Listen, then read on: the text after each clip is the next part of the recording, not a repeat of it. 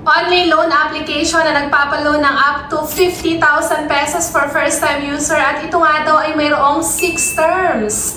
Alam ko excited na kayo pag narinig nyo yung mga mahabang loan term na yan. Kaya naman hello mga ka-London! Loan dito, loan doon.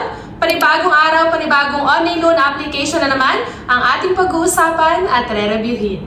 Tara, samahan niyo akong alamin kung ito na ba magiging solusyon sa pera problema natin. At kung bago ka lang sa channel na ito, ay huwag mong kalimutang mag-subscribe at i-click ang notification bell para lagi kang updated sa mga susunod pa nating mga videos. Itong all na i-review natin yung araw, kagaya na sinabi ko sa inyo, ay meron siyang 6 terms ng pagbabayad, meaning mahati sa 6 ang pagbabayad sa iyong ilo-loan or sa credit limit na ibibigay niya sa iyo. At isa nga ang mahabang loan term, so chine-check natin para masabi natin na legit ang isang online loan application at legit na makatutulong siya sa atin sa oras ng pangailangan dahil alam naman natin, kaya tayo naglo-loan, kaya tayo nangungutang is gipit tayo at wala naman tayong agad ibabayad dyan. Kaya naman, naghahanap tayo ng online loan application na mas mahaba yung kanyang loan term. At itong mga nakaraang linggo nga ay nakaranas ang buong Pilipinas ng pagbagyo, kaya pag tag-ulan, alam naman natin yan, talagang madalas or marami sa atin ang nagigipit, lalong-lalo na yung mga trabaho nila ay kapag ka no work, no pay. Kaya naman, syempre, sigurado ako marami namang naghahanap sa atin ng mga online loan application na pwede nating mautangan. And sa dami nga na na-review na nating online loan application, baka meron kayo dyan na ma-recommend at na-try nyo na talagang masasabi nyo legit talaga. I-comment lang dyan sa comment section para at least yung mga nanonood sa ating mga videos is magkaroon ng idea kung ano bang online loan application ang pwede rin nilang itry. And marami nga ako nababasa sa comment section na marami daw nare-reject at hindi sila na-approve sa kanilang application kahit ilang ulit man silang mag-apply. Naku, dito sa ating channel, huwag kang malungkot dahil namimigay tayo ng pa-Gcash giveaway sa maswerteng mapipili. Ano nga lang bang dapat nyong gawin? I-like lang ating video at mag-comment lang sa comment section para sa chance ang manalo.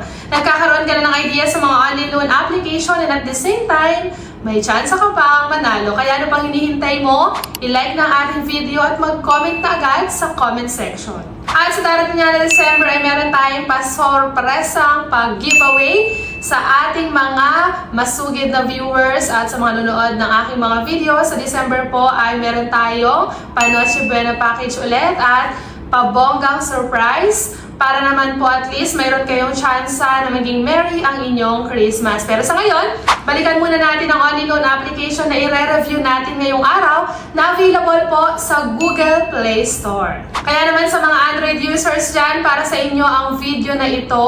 At syempre, bago nyo i-try yan, bago nyo i-download, hayaan nyo muna ako muna mag-try para at least kung hindi man ito legit, ay hindi na masayang ang oras nyo sa pag-apply. At ang online loan application na i-review natin ngayong araw ay walang iba kundi si Caspedia. Under ito ng Caspedia Lending Incorporation.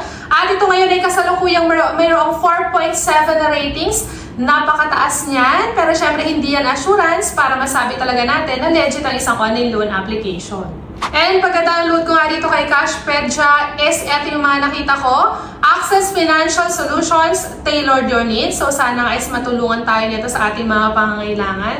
And kung makikita nyo nga is 50,000 pesos nga ang ino-offer netong si Caspedia. At ito nga din ay SEC registered. Pero again, hindi ulit yan assurance para masabing legit ang isang OLA. And ito pa nga, need help or want to know more? You are in the right place. So ito na nga, siya na nga ba ang tamang online loan application na matagal na nating hinahanap. And ito pa nga, pick the way you like to get your money. So nakalagay dito na pwede through bank or e-wallet. And pagka-install ko nga ito yung mga nakita ko, quick application. So sana nga mabilis din tayong approve. Nakalagay din dito na flexible yung repayment. Kagaya na sinabi ko sa inyo kanina, meron daw itong 6 repayment method or meron siyang 6 repayment plan. Start na natin. So nakalagay dito merong privacy statement sa ating SMS, location, device, data, and dito nakalagay disagree or agree. Click lang natin yung agree para makapag-continue tayo sa next step. And dito nga para tayo ay makapag-register or makapag-login. Kung wala pa tayong account dito, need natin makapag-register, kailangan lang natin ilagay ang ating active phone number para makapag-send sila sa atin ng verification. And after nga natin makapag-register, makapag-login dito kay Cashpedia, eto na yung makikita natin, 50,000 pesos ang ating pwedeng ma-loan dito. Meron siyang loan term na mula 91 days up to 360 days, napakahaba niyan. At meron siyang daily rate na or interest rate na 0.05% per day. And after nga yan is, i-click na agad natin yung apply now. At pagkatapos nga yan, ito yung mga ID na pwede dito kay Cashpedia. Pwede ang driving license, SSS, PRC, pwede rin ang postal ID, national ID na physical card, at national ID na electronic, pwede rin, GSIS, at PhilHealth. At after nga dyan, dito na agad tayo sa basic information. So nakalagay dito pala sa ating authentication, sa basic information natin, ilalagay lang natin yung ating ID, yung kanya i-upload natin yung front and back na picture ng ating ID.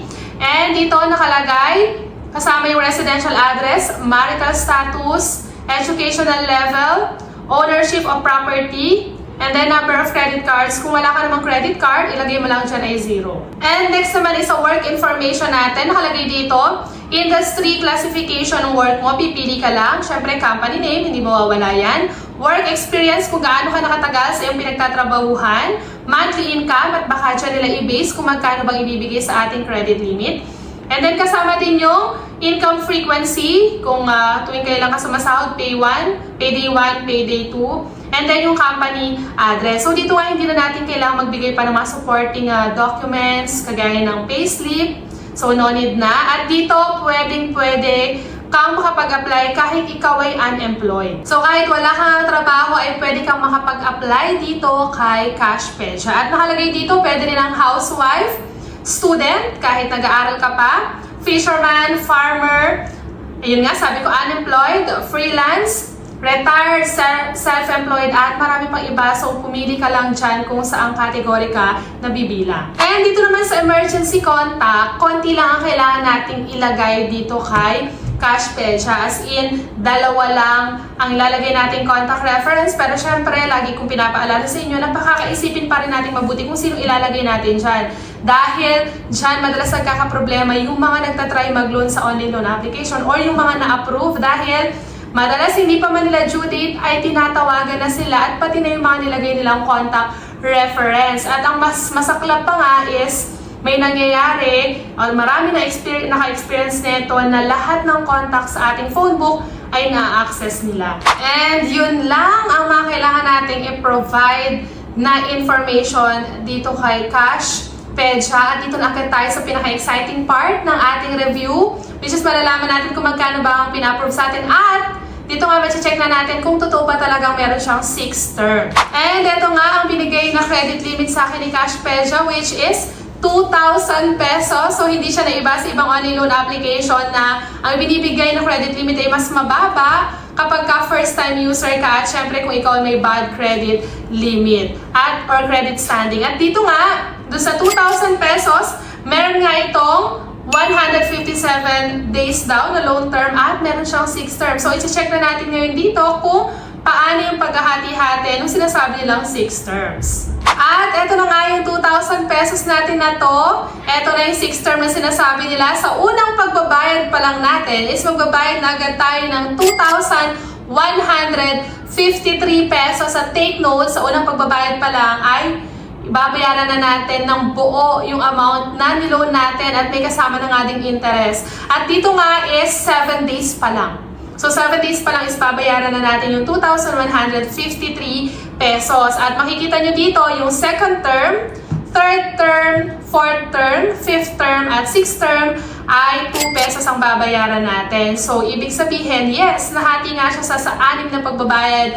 Ang problema nga lang is sa unang pagbabayad pa lang is babayaran na natin ang buo yung amount na niloan natin. So parang baliwala din yung sinasabi nilang 6 terms. Na talaga namang sa palagay ko hindi makakatulong sa ating mga nangangailangan ng pera. Kasi nga, agad-agad is babayaran mo rin ang buo with interest pa yung niloan mo na 2,000 pesos. So pinaganda lang nila na meron daw silang 6 term pero yung second to 6 na pagbabayad natin is magbabayad na lang tayo ng 2 pesos. At kung ikaw ngayon pag-experience ng mag-try dito kay Cashpedia, i-share mo yung iyong naging experience sa pag-apply, kung ano ang nangyari sa iyong paglo-loan at kung magkano ibinigay sa iyong credit limit. At yan nga kabuang loan details netong si Cashpedia na available sa Google Play Store. At kung hindi nyo po mahanap is isa-search nyo mismo yung Cashpedia na pangalan dahil hindi siya agad nag-a-appear sa Google Play Store.